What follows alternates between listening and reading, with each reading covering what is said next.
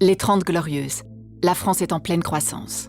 La Banque de France, qui a pour mission de superviser toute l'activité financière du pays, traite un nombre croissant d'informations. Et la mécanographie, utilisée depuis 1925, montre ses limites.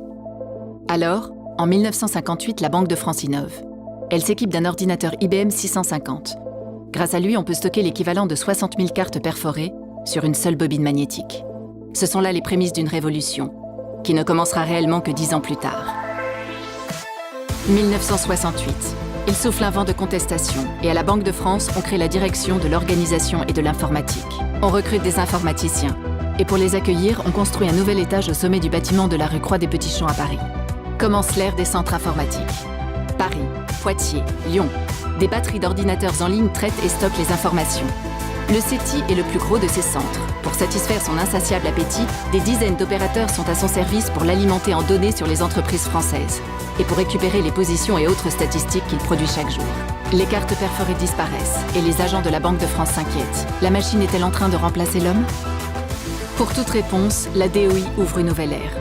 En 1978, les comptoirs de la Banque de France sont les premiers à s'équiper de micro-ordinateurs. Les nouvelles machines rendent de nombreux services. Opérations de caisse, ordres de bourse, informations sur les entreprises. Car à cette époque, la Banque de France a encore une activité proche des banques classiques. 1986, la DOI parachève son œuvre. L'outil multifonction, ou OMF, est déployé dans toutes les succursales.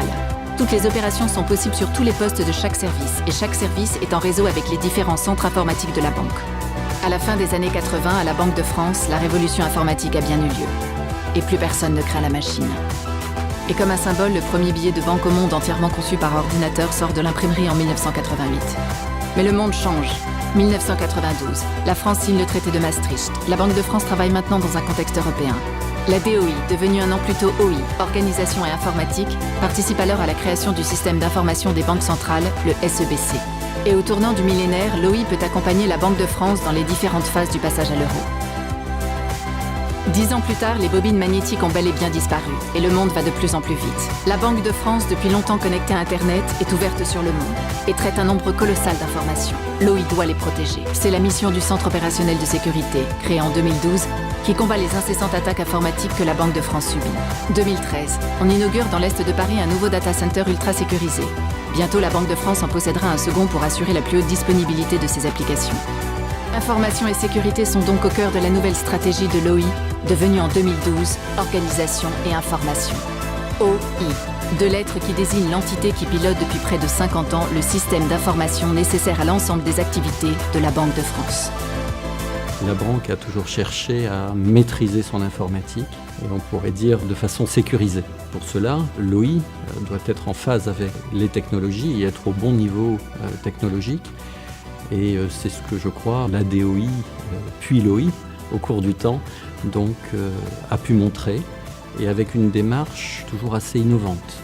Nous avons capitalisé depuis 50 ans, bien entendu sur les techniques, mais ce qui fait la différence, et ce sur quoi nous avons capitalisé, c'est surtout le capital humain. C'est ce qui nous permet aujourd'hui de rendre les services que nous rendons à tous nos clients internes, mais aussi à nos clients externes. Nous comptons continuer de nous appuyer sur ce capital humain pour étendre encore notre périmètre d'activité et donc l'influence de la Banque de France avec d'autres partenaires.